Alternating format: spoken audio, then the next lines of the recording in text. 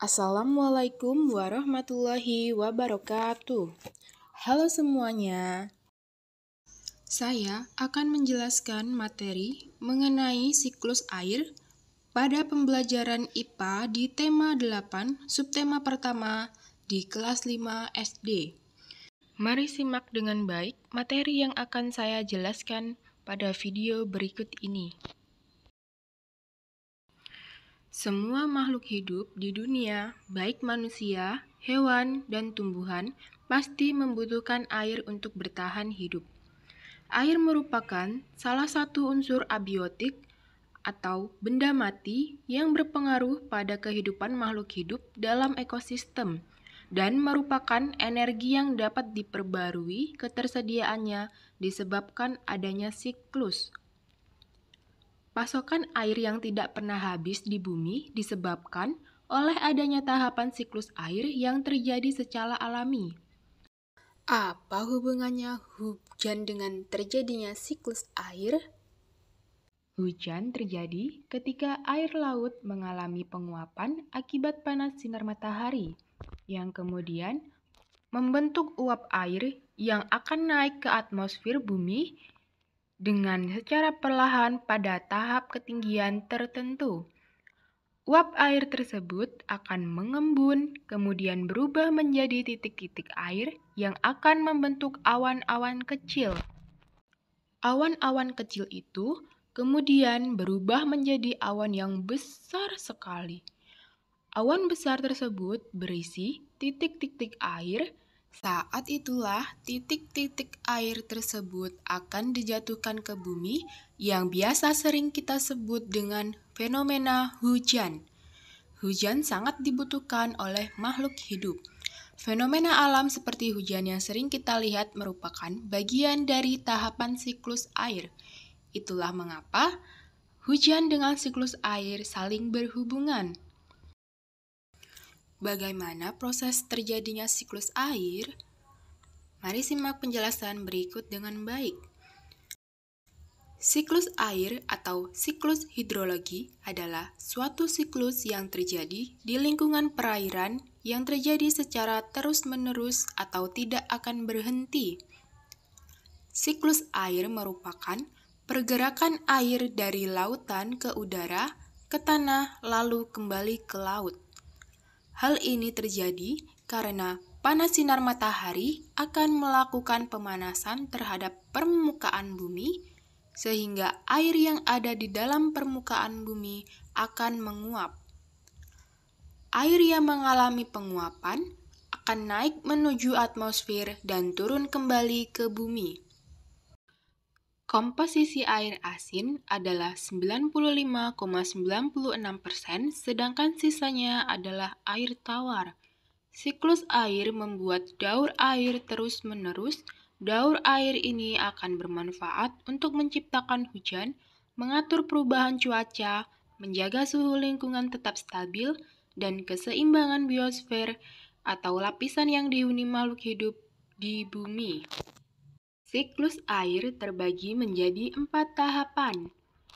Yang pertama, tahap evaporasi atau penguapan, di mana proses evaporasi atau penguapan ini terjadi ketika air yang ada di laut, sungai, rawa, dan perairan lainnya menguap karena terkena sinar panas matahari, sehingga terbentuklah uap air yang nantinya akan naik ke atmosfer bumi pada tahap ketinggian tertentu. Kedua, kondensasi. Proses ini terjadi setelah proses evaporasi, di mana berubahnya uap air laut menjadi partikel-partikel es yang menggumpal kemudian menjadi awan yang sangat besar. Ketiga, presipitasi. Presipitasi ini terjadi ketika terlalu banyaknya air yang terkondensasi, maka air di awan akan menjadi besar dan berat. Untuk menahannya di udara yang terbawa oleh angin, ketika sangat besarnya gumpalan awan tersebut, sehingga titik-titik air yang terdapat pada gumpalan awan akan jatuh sebagai hujan, salju, ataupun es sesuai dengan kondisi cuaca lingkungan di sekitarnya. 4. Infiltrasi. Infiltrasi adalah sebuah proses meresapnya air ke dalam tanah.